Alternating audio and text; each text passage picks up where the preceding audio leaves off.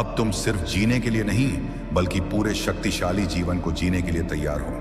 अब वह तैयारी पूरी हुई, तुम्हारा लंबा इंतजार समाप्त हुआ। अब जो भी तुम्हारे भाग्य में लिखा गया है वह बहुत तेज गति से तुम्हारे सामने आने वाला है। भोलेनाथ जी तुम्हें याद दिलाते हैं तुम अकेले नहीं हो। अब तुम्हारे भीतर वह ब्रह्मांडीय शक्ति जाग चुकी है जो हर असंभव को पल भर में संभव कर देगी। अब तुम्हारे जीवन में वही अवसर और वही लोग आएंगे जिनका तुम्हारे आत्मिक मार्ग में विशेष महत्व है।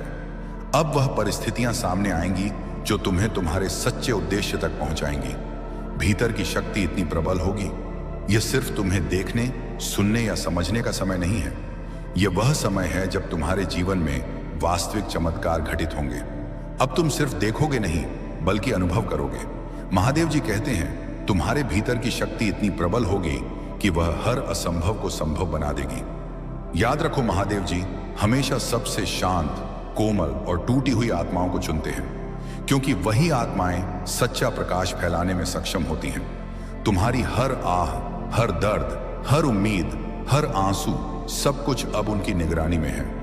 अब तुम्हारे जीवन में संकेत स्पष्ट होने लगेंगे। हर घटना, हर मिलन तुम्हें बताएगा कि तुम सही दिशा में हो।